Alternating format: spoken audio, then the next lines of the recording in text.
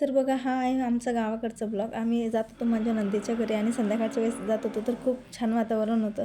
आणि बघा, माझ्या मिस्टरांचं इथं चालू होतं व्हिडिओ बनवणं. तर ते म्हणत होते की सगळ्यांना आपलं गाव दाखव आणि आपल्या गावावरती जे मंदिर आहे ते दाखव, आणि थोडीशी अशी कॉमेडी पण करत होते. आणि सोबतच आमचं पिल्लू पण, त्याला तर खूप भारी वाटतं असं त्याच्या पप्पासोबत गाडीवर फिरायला. आणि वातावरण एवढं छान होतं ना, तर खूप भारी वाटत होतं संध्याकाळच्या वेळेसला. कारण की गावाकडे कसं शांतता असते, थंडाई असते, खूप भारी वाटतं.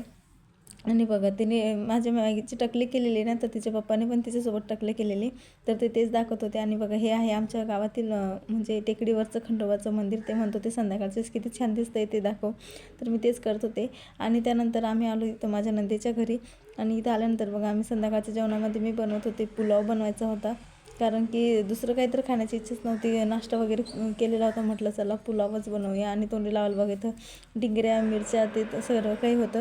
आणि मॅगीसाठी मी इथं पोंगे तळून घेत होते, कारण की तिला खूप आवडतात. आणि म्हटलं चला आता याच्यासोबत आपल्याला पुलावसोबत पण छान वाटतात. तर हे माझ्या 2 नंबरचं नंदेचं घर आहे. आम्ही तिथं आलेलो होतो. तर असा होता मग आमचे आजचा दिवस.